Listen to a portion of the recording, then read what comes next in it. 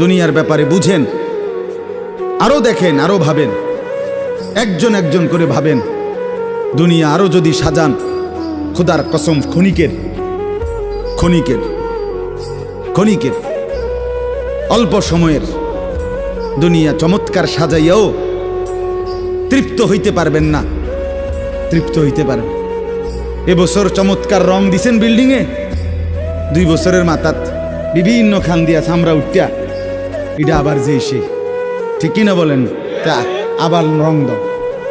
এই সোফা চমৎকার বানাইছিল, ওই যে বার্নিশ নাই, দেখেন এই যে সোফা, এটা এই যে দেখেন, কথা বলেন না, এই সোফা এটার মধ্যে আসেনি অন বার্নিশ, তো এটা আবার কি করতে হইব? তো লাভ হইল কই?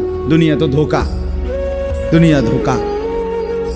এই সৌন্দর্যময় চেহারা নারী 30 বছরের ব্যবধানে উনি বুড়ি, আর কেউ ফিররা এদিকে ফিরা সেফ হালায় না।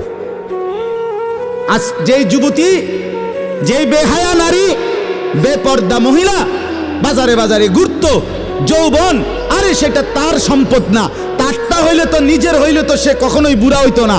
আল্লাহ তাআলা বলছে, আমি যখন যৌবন শেষ করে দিলাম, তো এখন আর কোন পুরুষ তার দিকে ফিররা থুতুও বালায় না।